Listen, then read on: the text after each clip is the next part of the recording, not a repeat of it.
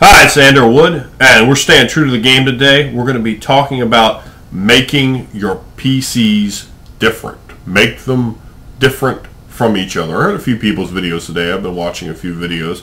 Our game got canceled tonight, and that's some really good news from work. Probably odd for most people to think talking to their boss 2 hours on the phone on a Friday night is good, but for me it was, and I have a good boss and I like talking to him anyway. But some really good news, and I'm really fired up. I'm pumping out so many videos right now. It's all this energy.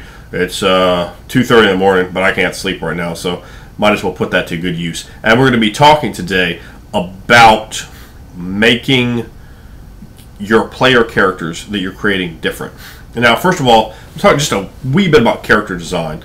The way I like to take character designs, I take a little tiny part of me and you know, the many multifacets that is I take one of them and I blow it up like 1,000 times and I put that in the character. Then I watch other characters from movies or television shows or wherever. I come up with the idea, old school pro wrestlers, whatever it is, and I take pieces of those characters, not just a character. I maybe take 10% of this character, 10% of that character, 10% of this character, and then I've made maybe 30% the character that way, 10% of the character is me, so we got 40%. And then I go through and I just customize and build up and create different ideas. I like to describe it, and you'll hear this over and over again to the point of ad nauseum, redundancy. I like to be redundant. I like to make characters like a paper mache mask, laying all those different layers of psychological interest upon the mask, and then taking that facade and putting it over myself and looking out through those eyes, making a new worldview to look out through.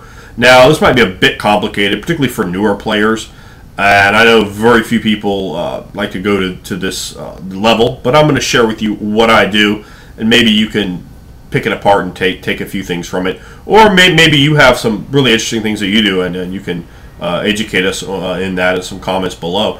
Now, when designing a character like that to create a unique worldview, once you have a worldview in your character, a psychology established for that character, and you examine him and you go, well, he was different than the other characters this group has seen me play.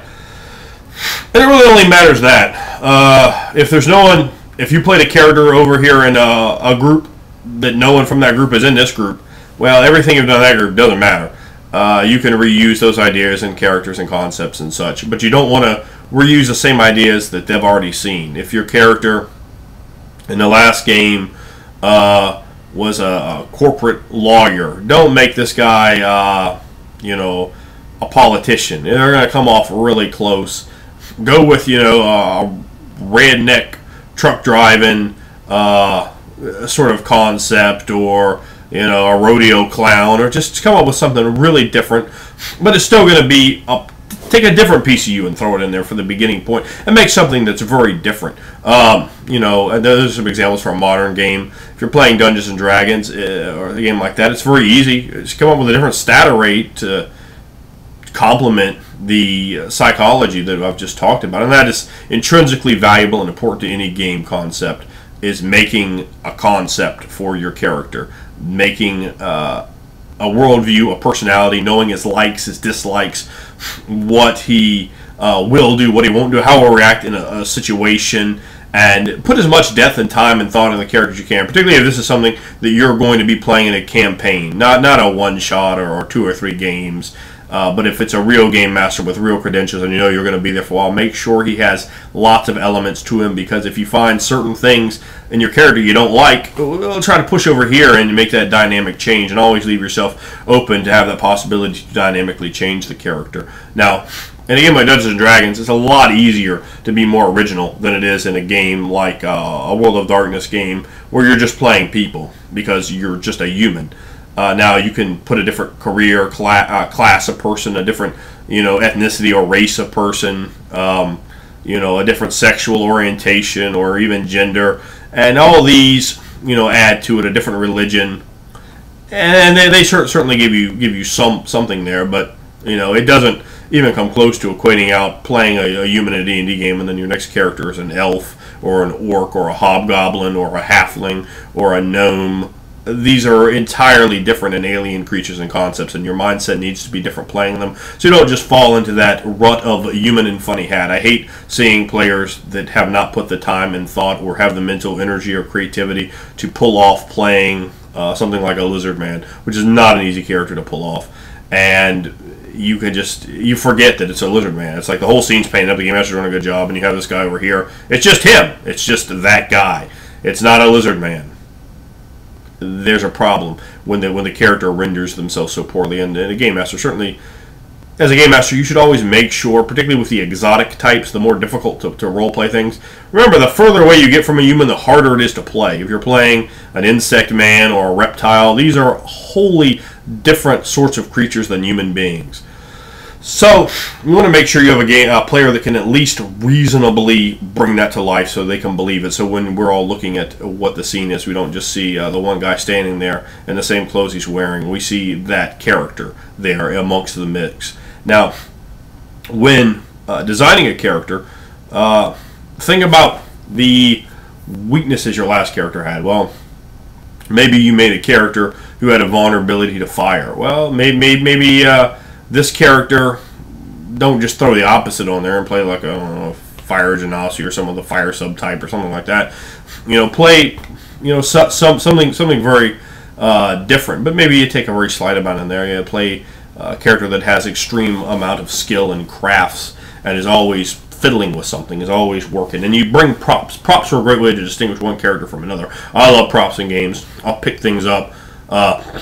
One of my characters are playing a necromancer currently, an elf. First time playing an elf in 18 years, literally. I don't really like elves, but I wanted to flip it up, do something different. I do like my character have a skull for a prop. Sit there and I'll look at the skull and I'll talk to it. So the skull is my character's twin sister who was burned to death in a fire, and he talks to her. And I'll pull her out and I'll kind of like pull her halfway out of the bag and look around and lean down and whisper to her.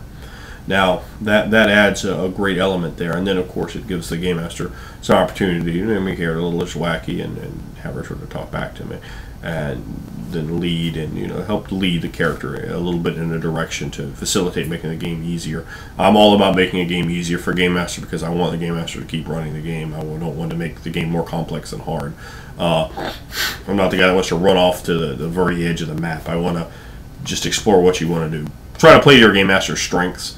They're going to run a better game that way. You're going to enjoy it more that way instead of trying to force them to juggle something they're not prepared to handle. But back on topic, the making different characters really comes down to just analyzing the character you've made and what was fun about that character, and then finding something else you think would be fun that was not included in that character, and then creating that. Now, in Dungeons & Dragons, it's so easy to do. If you played a thief with a high dexterity who was a halfling and he had crazy skills with daggers, for your next character, play a wizard that's an elf, or even more interestingly, take something that's a little odd for a character periodically, a dwarven sorcerer, or an orc wizard, something people wouldn't play typically because it's going to help your character stand out more and make more difference. Speak with different cadence to how you speak, and do voices.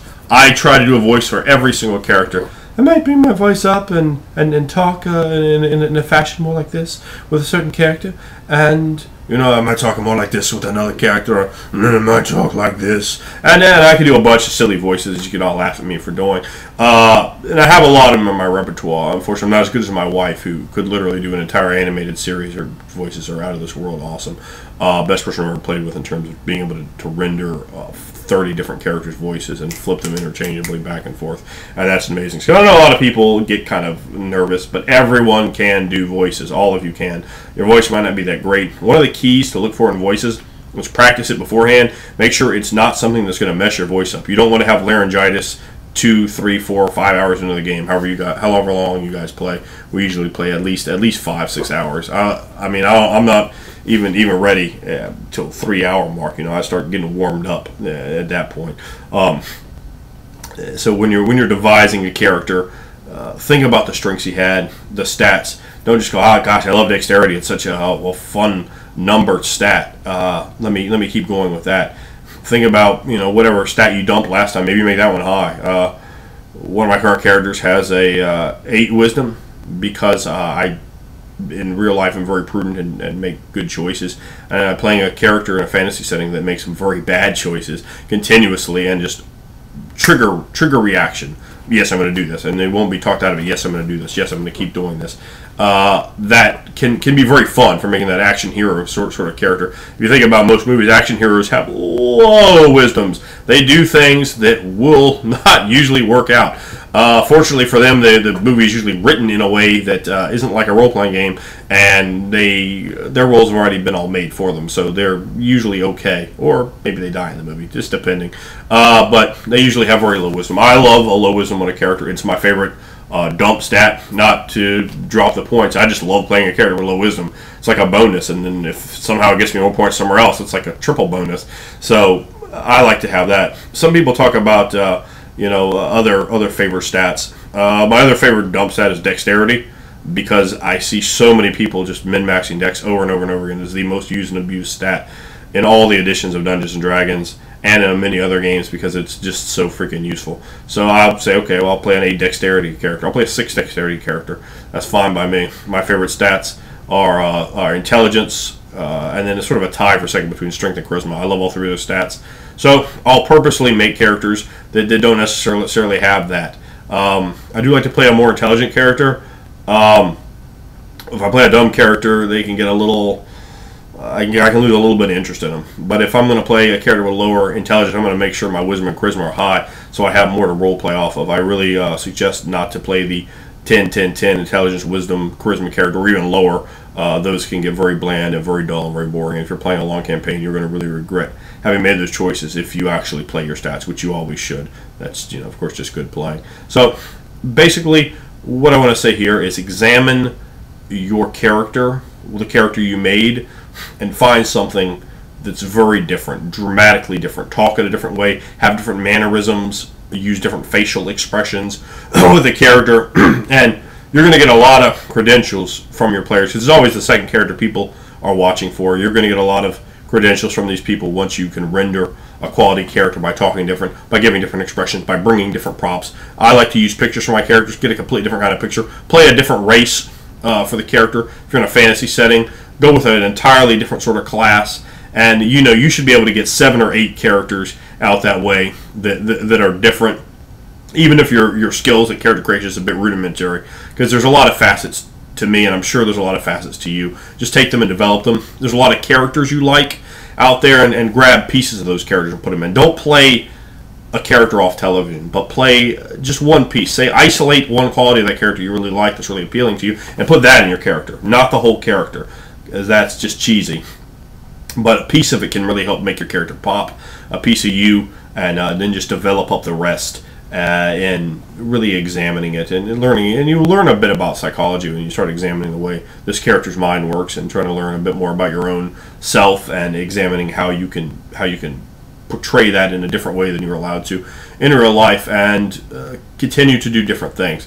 When you do different things, you're going to be one of those players that people want to bring back, because it's not just going to be the same character, the same thing over and over again. I've played with players like that. They just want to play one character. They want to play a fantasy version of them, which is the worst example of that. That's not good. You don't want to do that. If you love a certain kind of character, well, just try something else. Maybe you'll like that too. Maybe you won't, but try to find something that's going to be a little bit different.